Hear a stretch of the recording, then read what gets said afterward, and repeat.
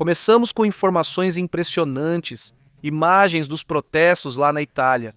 Isso, bem, são fogos de artifício e é que, pois, tem sido algo caótico os protestos contra os Jogos Olímpicos de Inverno. Os manifestantes não têm lançado apenas fogos de artifício, mas também têm tentado boicotar, afirmando que há um impacto no meio ambiente, assim como também um caos na economia, ou seja, um gasto excessivo em muitos assuntos que, segundo eles, não são tão necessários. Pelo menos é o que dizem essas pessoas que têm protestado e, claro, têm enfrentado a polícia. Isso também é algo que chama a atenção neste momento. Vamos às informações sobre o que está acontecendo no mundo. Vejam, há uma situação que chama muito a atenção, porque dizem que haveria uma informação sobre uma ligação telefônica de uma inteligência estrangeira. Atenção, ela é a responsável pela NSA, a responsável pela Segurança Nacional, sim, a NSA. A Agência de Segurança Nacional detectou uma ligação telefônica totalmente incomum. Uma inteligência estrangeira estava se comunicando com alguém muito próximo de Donald Trump. Essa situação, obviamente, acendeu os alertas e agora já é público. Então, obviamente, ou vazaram isso porque suspeitam de alguém muito próximo de Trump, ou eu me pergunto, até mesmo do próprio Trump. Vamos às informações do que se sabe, do que foi vazado, das informações oficiais e das suspeitas que estão surgindo. Estamos ao vivo, então se você está assistindo ao vivo, deixe seu comentário, por favor. Se estiver assistindo depois, também agradeço. Muito obrigado por todo o apoio. Vamos aos detalhes. A NSA, uma das agências talvez menos comentadas, sempre se fala do FBI, da CIA, do Pentágono, mas da NSA não se fala tanto. Que também é muito conhecida, Tulsi Gabbard. Segundo o que foi reportado, a diretora da Inteligência Nacional dos Estados Unidos teria estado bloqueando a distribuição do relatório dessa ligação. Ou seja, por algum motivo querem bloquear ou censurar essa informação. Esse detalhe afirmam que a chefe de gabinete do presidente, Suzy Wells, levou uma cópia impressa diretamente. Vocês se lembram da Suzy Wells, a responsável por controlar o gabinete do Donald Trump, que recentemente deu uma entrevista bastante polêmica, né?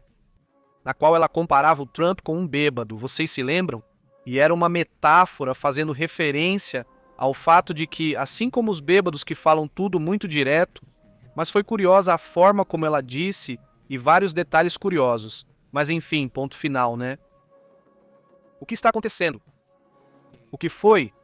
Gabbard teria instruído a NSA a não divulgar o relatório e a transmitir todas as informações confidenciais exclusivamente para o seu escritório. Ou seja, a NSA, ela cuida de toda a inteligência, não é? A NSA responde para ela e então dizem, olha, tem essa informação. Tem alguém próximo a Trump que está recebendo ligações de inteligência de outro país. Como assim? Há vazamento até o mais alto nível? Ou existe colaboração secreta fora dos protocolos oficiais de segurança e inteligência? Quem está vazando informações? Tem certeza de que eles estão relatando? Esta investigação já tem alguns meses. Em 21 de maio do ano passado, uma denúncia foi apresentada ao inspetor-geral por ser um assunto urgentemente preocupante. O escritório do inspetor-geral rejeitou a denúncia após apenas 14 dias, alegando que não era crível, embora tenha permitido ao denunciante levar o caso ao Congresso. Mas, sob certas condições, o relatório foi bloqueado depois. Este relatório será desbloqueado ainda este mês. Fevereiro de 2026 ele tem que ser desbloqueado. Apesar das leis que determinam que os relatórios de denunciantes devem ser enviados ao Congresso em, no máximo, 21 dias, eles forçaram para que a informação não chegasse ao Congresso. Só depois de muitos meses.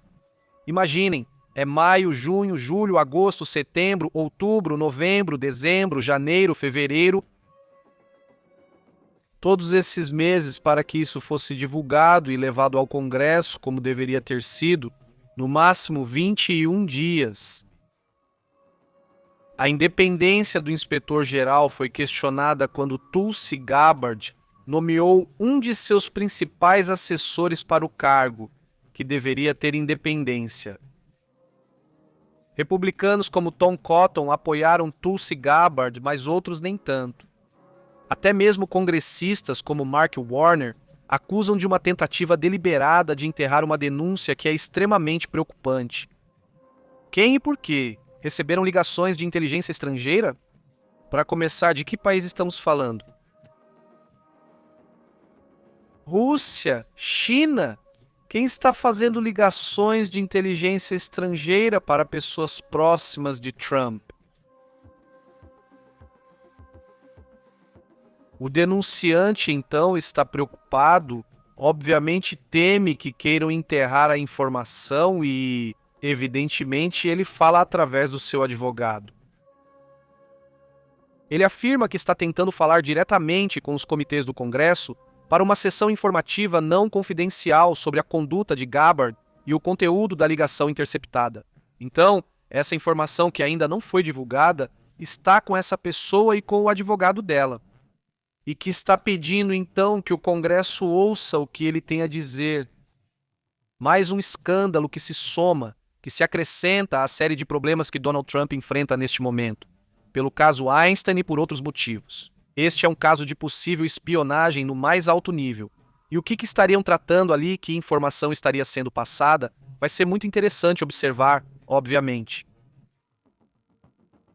Enquanto isso, ontem também eu comentava e mostrava para vocês esse robô. Ontem Astrid e eu mostramos para vocês esse robô chamado Atlas, que é da Boston Dynamics. Atlas é um robô humanoide, mas agora há muito mais informações sobre esse robô.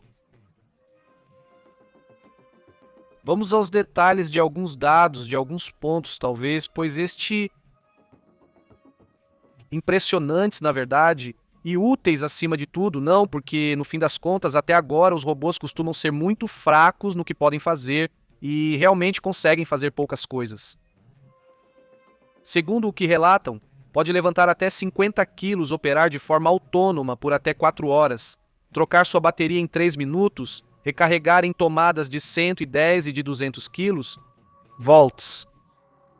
Conta com 56 graus de liberdade articular, um alcance de 2,3 metros e resistência à água. E suporta temperaturas extremas de menos 20 graus e cerca de 40 graus, ou seja, calor e frio. Pode continuar trabalhando, pois obviamente nas horas em que não, enquanto tiver bateria e se trocar a bateria ele continua trabalhando, pode compartilhar.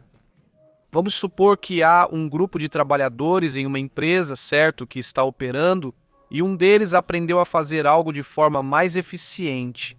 Bem, essa informação automaticamente é passada para todos os seus colegas robôs, por assim dizer, e funciona como uma rede. Então, todos os outros já vão saber que a melhor forma de levar tal caixa para tal lugar tem que ser feita de tal maneira. Ou seja, você não precisa reprogramá-los, eles vão aprendendo automaticamente, todos juntos. Como se fosse tipo uma espécie de pensamento único, por assim dizer, muito estranho. Super interessante pelas utilidades que esse robô pode ter. Ao mesmo tempo, você vê como ele vai evoluindo de uma forma muito interessante e também, ao mesmo tempo, preocupante. Por outro lado, né? Segundo o que relatam, a isso eles chamam de aprendizado coletivo em rede. O Atlas pode compartilhar em tempo real o aprendizado de novas tarefas, com toda a sua frota. Funciona com um sistema chamado Orbit, que permite a integração com plataformas MES, WMS também, e isso então para a gestão centralizada da manufatura. Pode atuar de forma totalmente autônoma ou ser operado com um tablet, de acordo com as necessidades de cada fluxo de trabalho. Pois bem, múltiplas opções. Isso já foi apresentado nessas lojas de tecnologia. Vamos para outros assuntos, porque foi descoberta uma anomalia que está muito interessante. Vamos lá, inscreva-se!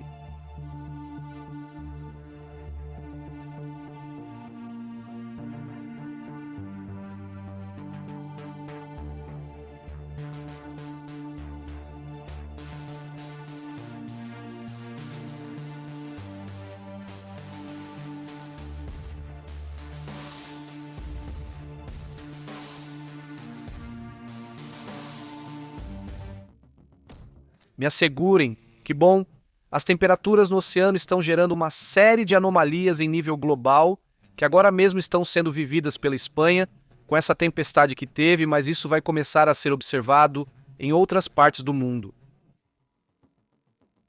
Segundo o que relatam, está sendo detectado um aquecimento de 2 a 3 graus acima do habitual, principalmente nesta região do Atlântico. Inscreva-se! Isso está gerando e já está alimentando, desde agora, invernos e temporais muito intensos. Essa diferença de temperatura, embora possa parecer pequena quando se trata de oceanos, é muita coisa. Gera mais energia disponível para a formação de tempestades, aumenta a quantidade de vapor d'água na atmosfera, intensificando as chuvas em diferentes pontos do planeta. De acordo com o que relatam, o excesso de calor está contribuindo para o que chamam de trem de tempestades, que está chegando de forma contínua do oeste da península. Lá da Espanha, onde relatam que ocorreu essa tempestade tremenda. As rajadas de vento têm sido preocupantes, chegando a superar os 80 km por hora, assim como o excesso de chuva que tem tido por aquelas regiões. Aqui, vários de vocês que moram na Espanha já vêm comentando sobre essa situação que estão vivendo, e aqui compartilhamos algumas das imagens das ondas e das inundações que estão enfrentando e que confirmam, pois isso pode ser algo que veremos ao longo do ano em diferentes partes do planeta. O excesso de calor no Atlântico pode trazer uma onda de tempestades e furacões atípicos, vamos dizer, maiores e mais fortes do que em outros anos. Ainda não foi feito. A previsão anual de furacões ainda não saiu, mas deve sair ainda este mês. No final de fevereiro sai o primeiro e depois, por volta de maio ou junho, sai outra previsão mais avançada para toda a temporada de furacões. Então vamos ver o que eles dizem para ver se levam em conta essa informação. Claro que eu suponho que sim, porque no final das contas é isso mesmo, analisar como estão as temperaturas, como está essa questão, e aí ir determinando, qual é a situação. Enquanto isso, outro assunto que chama atenção é o que está acontecendo em Cuba. Neste momento, são 3,4 milhões de pessoas sem energia elétrica. Lá, bom, evidentemente uma crise que está sendo vivida e que nós já viemos observando por aqui entre o que acontece em Cuba e o que está acontecendo agora mesmo, nos apagões já da Ucrânia e da Rússia, é evidentemente um tema muito sério. Não vamos entrar em muitos detalhes, mas foi reportado hoje que houve um colapso parcial do sistema elétrico em Cuba. Segundo o que foi reportado, o Sistema Elétrico Nacional de Cuba, o CEN, sofreu um novo colapso parcial que afeta cerca de 3,4 milhões de pessoas. Afirmam que, vai e volta, A luz vai embora, depois volta. Está constantemente gerando problemas. De acordo com a companhia, as quedas se devem a um disparo na linha de alta tensão. Na quarta-feira houve um apagão bem forte que comentamos aqui, que aconteceu em Grama, Holguín, Santiago de Cuba e Guantánamo. Desse não me fica tão claro se já foi consertado, Mas a verdade é que entre a falta de energia também está difícil, Ou não é tanto uma questão de consertar isso, mas sim que não há energia suficiente para as pessoas lá em Cuba. Pois é, essa é a situação também. Outro tema que chama a atenção é essa série de movimentos em que mostram o uso de drones, desta vez para atacar uma área onde tinham munição guardada. Aí está a munição, eles detonam, e era munição e armas, etc., que os russos tinham escondido dentro de alguns túneis, e ali mesmo eles detonam, não é? Esse também é um tema impressionante. Outras imagens que chamam a atenção hoje são estas. Essa imagem lá da Venezuela, onde estão acontecendo protestos que superaram a polícia. Não, porque por aí há a imagem de Gabriel Bastidas, mostra como esses familiares de presos políticos conseguiram ultrapassar o cerco policial.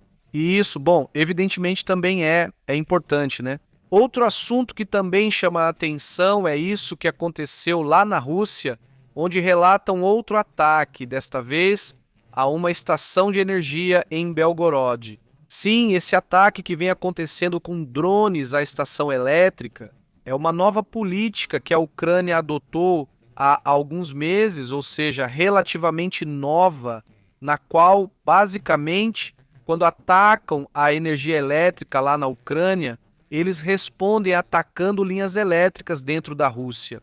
Isso teria causado um apagão importante em Belgorod, que na verdade não é o primeiro. Toda semana eles têm tido apagões significativos naquela região. Lá já existem até alguns relatos de reclamações das pessoas. Não, aqui estamos vendo. Bom, o que dá para ver, vamos ouvir.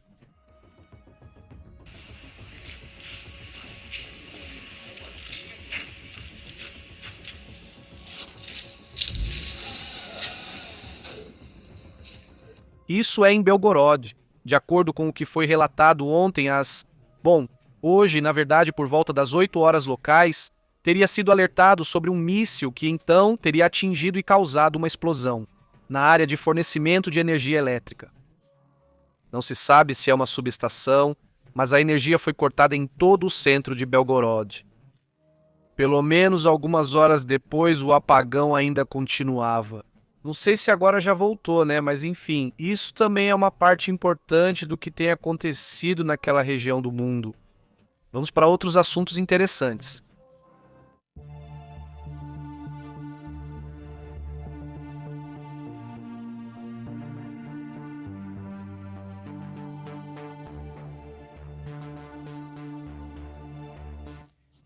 Outra análise que tem feito sobre o que acontece na Espanha é que o caso da Espanha é muito interessante, porque tem explicações variadas, né, sobre como se deram as condições dessas tempestades, das chuvas que eles tiveram. Uma delas é, o fato de que há mais calor no Atlântico, que eu já comentei no começo, né? Mas outra situação que também chama a atenção é que antes havia aqui, olhem, vamos ver o que acontecia com essa região. De acordo com o que relatam, nessa região normalmente havia um anticiclone. O que isso significa? Basicamente, clima bom. Então havia um anticiclone, e era muito comum que o anticiclone permanecesse aqui por muito tempo. Então, gerava um clima extraordinário, do qual aproveitaram por muitos anos nessa região da Espanha, na parte norte, nessa parte do Atlântico. O que outros cientistas e meteorologistas acreditam. Também, como comentei antes, se a temperatura está mais quente ou não, é porque os padrões da região estão mudando. Diz: o anticiclone dos Açores, assim como era chamado, tem funcionado perfeitamente durante pelo menos as últimas 2 ou 3 décadas. Faz com que nessa região o clima tenha uma tendência a ser de bom clima para um clima ruim. A questão, e este é um estudo feito pela Nature Geoscience, que revela que o anticiclone que havia se formado nos últimos anos, mas eles acreditam que essa região teve mais anticiclones do que, digamos, mau clima, por assim dizer, e que nos últimos 1.200 anos houve uma certa estabilidade climática na região. Mas isso está mudando à medida que está enfraquecendo. O anticiclone está abrindo um corredor que conecta diretamente com o oceano na parte sul da península. E as tempestades agora estão entrando sem nenhum obstáculo. Isso vem desde o Golfo de Cádiz, e a partir daí, o aquecimento acelerado do Ártico também enfraqueceu a corrente de jato, ou jet stream, que é o motor que guia as tempestades, fazendo com que elas serpenteiem e gerem.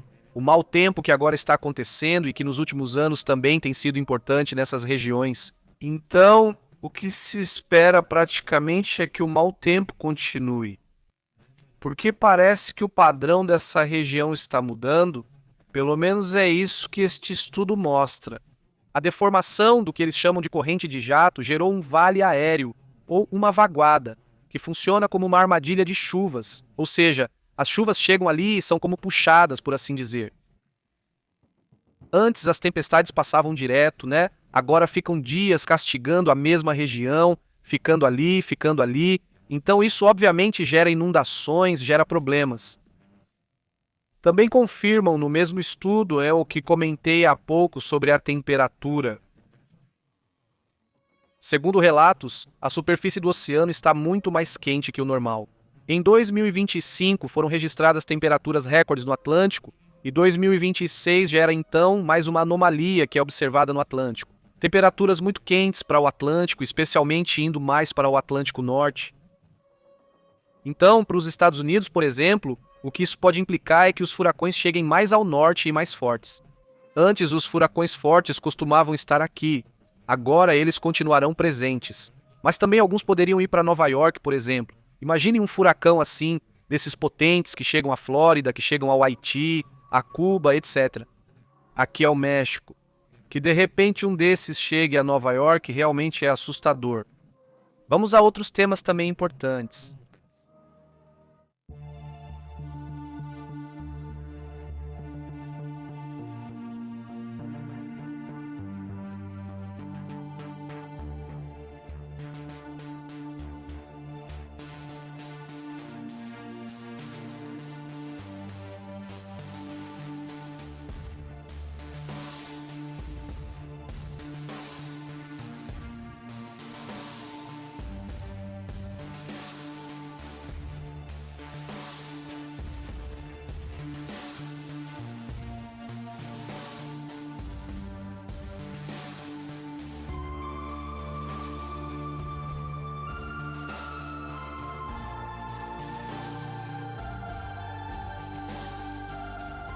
Como vocês têm passado, como têm estado, vamos a outros temas, outros assuntos que chamam a atenção. Vamos a um caso super estranho que foi investigado. Um personagem que vai contra, digamos, muita da investigação oficial no tema da arqueologia, mas que tem gerado muita tensão ultimamente. Vamos a esse detalhe. Como vocês têm estado? Saudações para Luiz, para Mágico, Luna Angélica, como você tem estado? Israel, tudo bem? Muito bom, Júlio Benavides. E aí, vamos a esse detalhe, né? E já deixamos aqui a imagem de fundo com alguns dos símbolos que chamaram a atenção de vocês em diferentes partes do mundo. Com certeza vocês vão reconhecer nessas imagens que estão vendo agora. Um pesquisador que já há algum tempo analisa diferentes culturas do planeta afirma que tem que haver outra explicação de como e por quê. Muitas coisas foram construídas, muitas civilizações, com base em certas ideias e símbolos muito semelhantes. Ele tem uma teoria de que existiu uma civilização primária, por assim dizer, muito anterior às conhecidas, não é? E como é fim de semana, gostaria de contar para vocês sobre esse caso. Não, o que não significa que isso foi aceito, na verdade, é justamente o oposto, é uma teoria pouco aceita e muito questionada. Mas também o que ele diz não é só questionar, ele afirma ter evidências que mostrariam o que ele está dizendo. Matthew Lacroix, um pesquisador independente, escritor e conferencista norte-americano especializado em civilizações antigas, afirma que encontrou cada vez mais padrões, simbolismos sagrados e arquitetura megalítica, que coincide não só na facilidade de construção, porque muitos alegavam que construíram em forma de pirâmide porque era mais fácil, mas ele diz que vai além disso. Não é apenas uma questão de lógica ou de construção, mas isso claramente tem uma conexão com algo que teve que existir. Primário, o autor de livros como Stage of Time, The Illusion of Us, onde propõe que a história humana é muito mais antiga do que aceita a arqueologia convencional. Por exemplo, ele afirma que há 38.000 a 40.000 anos teria que haver existido uma civilização avançada pré-glacial anterior ao grande cataclismo, a, digamos, Era do Gelo, por assim dizer, não é? Então, antes disso já existia uma civilização? Vamos dizer que sim. Digo, não, ele não está falando simplesmente que havia uma civilização muito evoluída, muito avançada, que já construía, que já tinha muitos avanços em várias áreas. Mas depois, aparentemente, com o mega efeito climático que aconteceu na época, com gelo e tudo mais, a civilização ficou muito danificada. E eles foram se subdividindo e houve uma involução por um tempo, até que depois essa sabedoria voltou. Essa informação acabou sendo transmitida em outros lugares do mundo. Ele afirma que há padrões geométricos, símbolos, pirâmides escalonadas e invertidas, desenhos que aparecem no Egito, na Turquia, na América do Sul, na Ásia, que estão totalmente conectados à mesma origem. Ele afirma que deve ter existido uma civilização avançada pré-glacial, anterior ao grande cataclismo, há cerca de 38.000 a 40.000 anos, ou seja, que já naquela época ela existia, ou seja, seria ainda mais antiga. Ele afirma que já naquela época teria que compreender os ciclos cósmicos e que todo esse conhecimento foi deixado em códices em monumentos de pedra para as futuras gerações. Um dos focos principais dessa pesquisa é no Egito, especialmente no Templo da Esfinge e no Planalto de Gizé, onde ele interpreta elementos arquitetônicos ignorados pela arqueologia oficial. E ele diz então que isso precisa ser repensado, ponto e à parte de que talvez tudo isso pareça muito louco, ponto e à parte. O que eu falei durante muitos anos, eu falei fora das câmeras, porque isso eles não vão te contar diante das câmeras. Mas eu conversei com pessoas que estão muito envolvidas com astronomia, que trabalham em áreas importantes desse campo, ou em arqueologia, por exemplo. E o que eles te dizem é que existe um ciúme profissional muito grande, em que qualquer coisa que fuja do que já está estabelecido e do que já foi pesquisado por outros anteriormente, dificilmente. É muito difícil refutar, porque existe um ciúme, um grande ciúme, um ciúme profissional, então eles não aceitam, não permitem. E para que passe pela burocracia das universidades privadas ou públicas, seja o que for, para que passe por essas instituições científicas é bem complicado.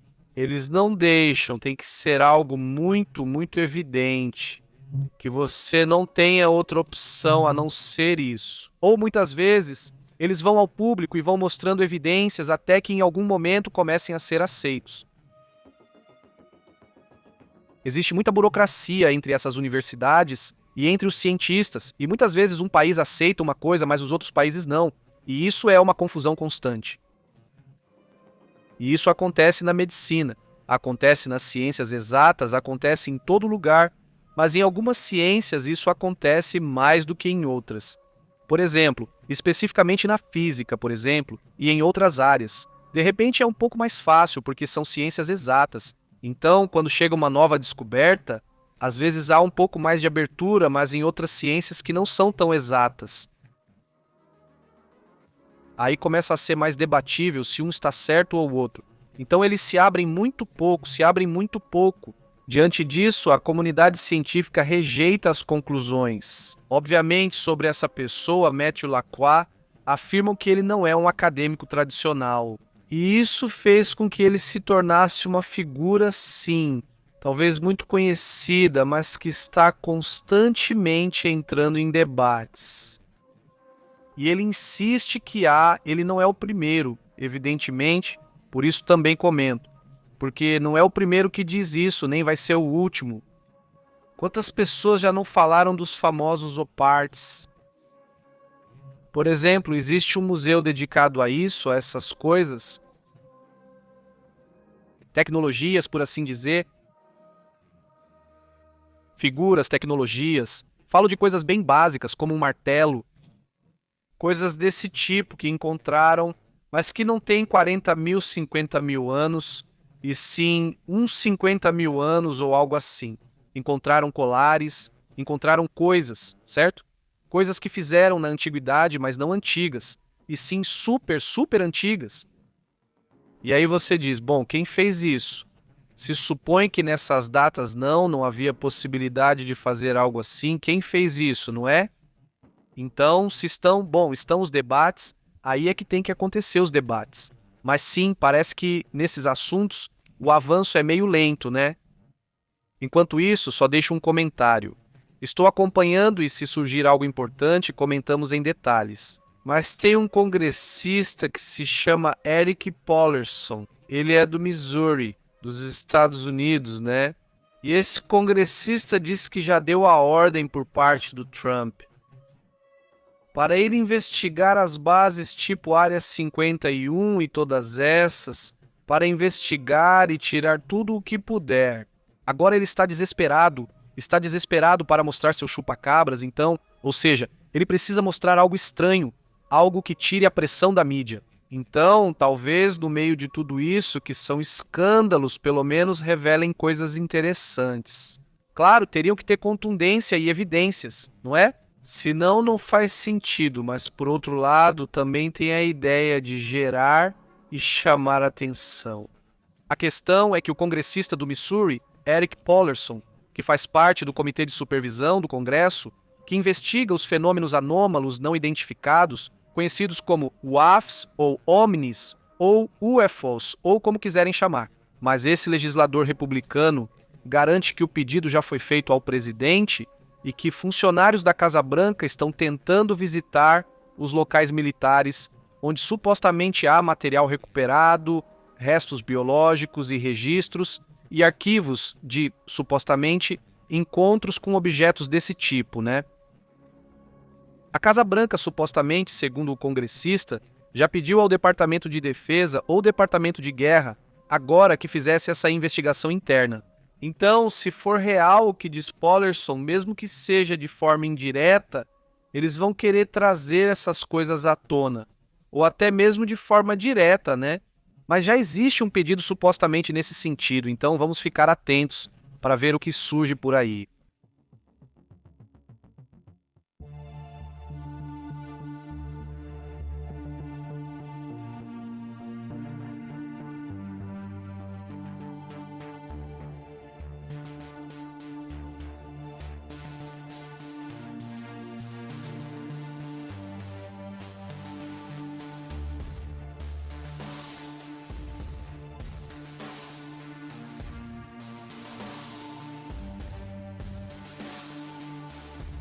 Bom, vejam, está sendo feito um relatório por diferentes organizações de direitos humanos. Neste caso, até mesmo a Anistia Internacional já veio a público relatar isso. Na Coreia do Norte, estariam eliminando jovens menores de idade por terem assistido ao jogo Round 6, que é um programa da Coreia do Sul.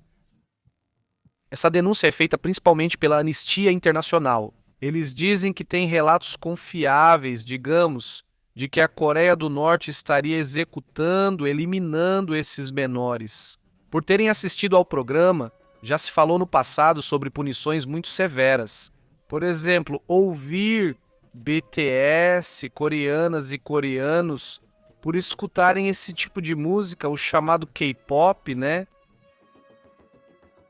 Aonde a Anistia Internacional está denunciando que o regime da Coreia do Norte teria executado cidadãos, inclusive menores de idade, por crimes, como assistir às suas séries sul-coreanas como O Jogo e o Lula. Em um relatório publicado esta semana, a Anistia Internacional denunciou que, se os cidadãos forem pegos assistindo a programas de televisão da Coreia do Sul, ficam sujeitos a sofrer humilhação pública, a passar anos em campos de trabalho, mas em algumas ocasiões também são executados.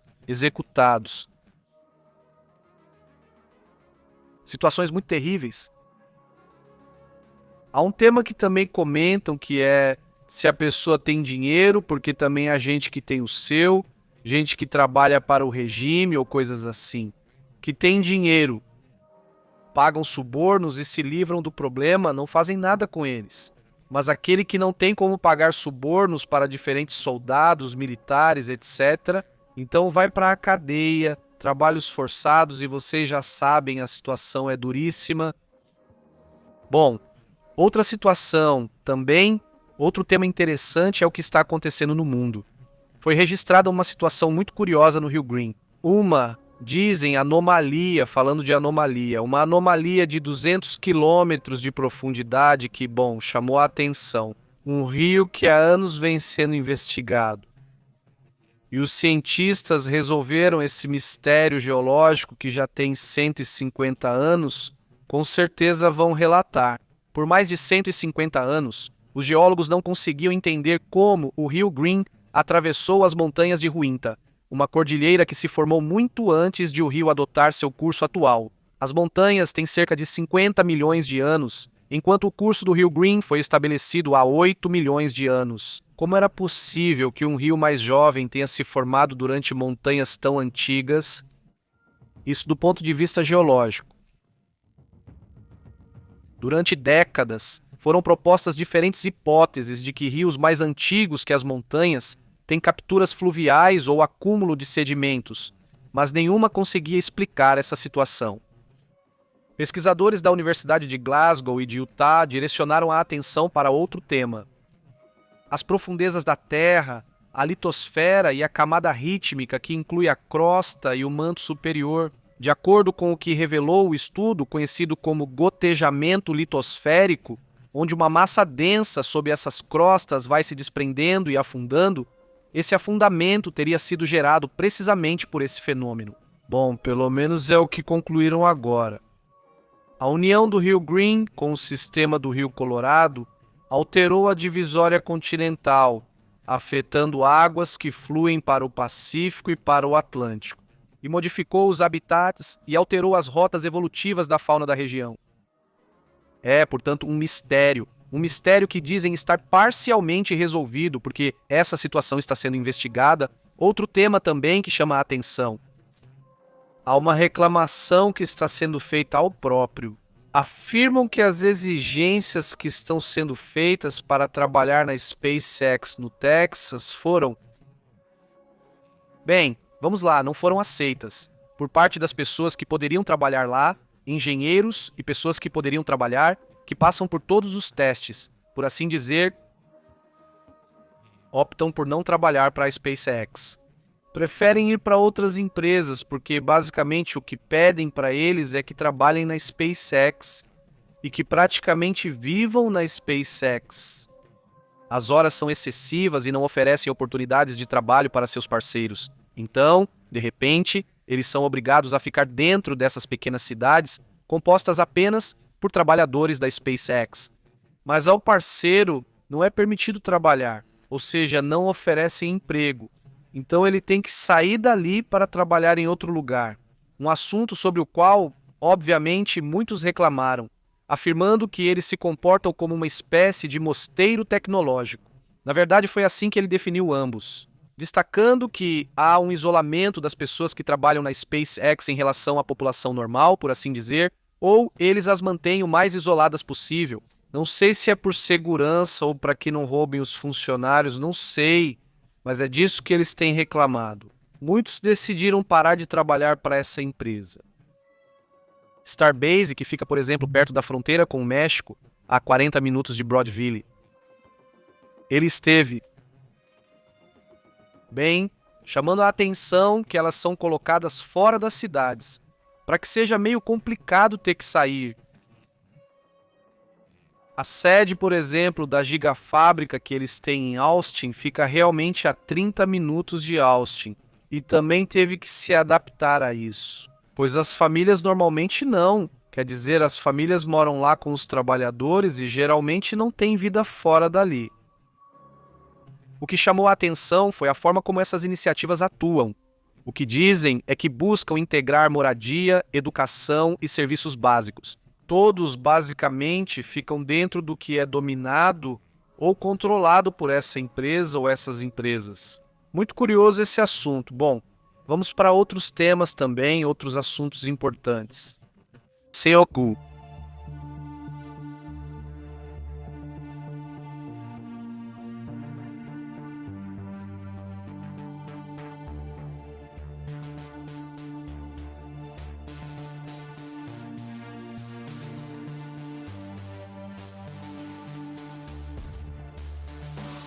Chama a atenção o que vimos há pouco, destes confrontos que têm acontecido lá, como se chama na Itália, né?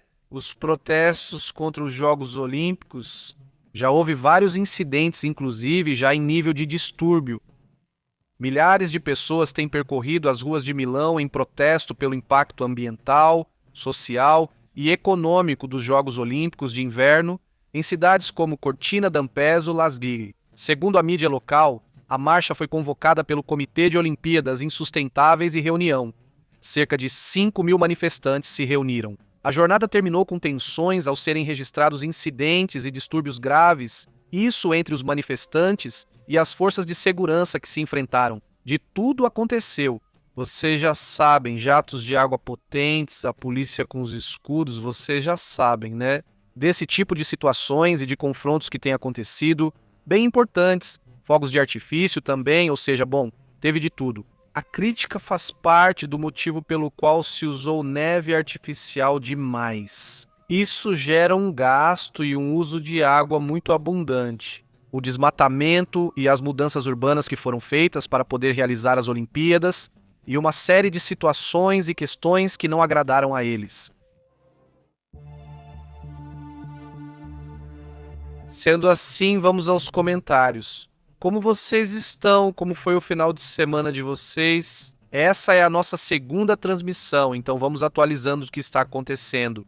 Fiquei realmente surpreso com o que a NSC relatou, mas ao mesmo tempo eles mantêm tudo em segredo. Então, está difícil determinar primeiro qual país está tendo ligações secretas com alguém do país do círculo próximo de Trump. Essa pessoa ainda trabalha lá com eles ou não mais? Quais eram as intenções dele? Não sabemos, porque tem muitas coisas ali, muito sérias, ele diz. Tino diz: uma vez meu cachorro pegou uma lebre e nunca choveu tanto que não parasse. Como você tem estado, Tino? Um grande abraço para Júlio Benavides, saudações até o Peru, também para toda a comunidade que está nos assistindo da Espanha, do Peru, dos Estados Unidos, obviamente aqui na cidade do México, Monterrey. Ele diz: obrigado pelas suas informações. Sobre as ruínas históricas, há muitas de pedra com símbolos ou práticas mortuárias semelhantes, como as mumificações, diz Karim. Como você está, Karim? Saudações, ele diz. Mais opressão que o normal na Coreia do Norte, diz Patrick. Eles estão extremamente intensos. Saudações, Beth Dreyfus, como você tem estado? Um grande abraço, Miguel. Como vai Israel? E a toda a comunidade, muito obrigado. Logo nos vemos de novo. Se surgir algo importante, continuamos a conversa. Caso contrário, só à noite. Agora sim, dependendo de como estiverem as informações. Um forte abraço. Nos vemos mais tarde. Até logo.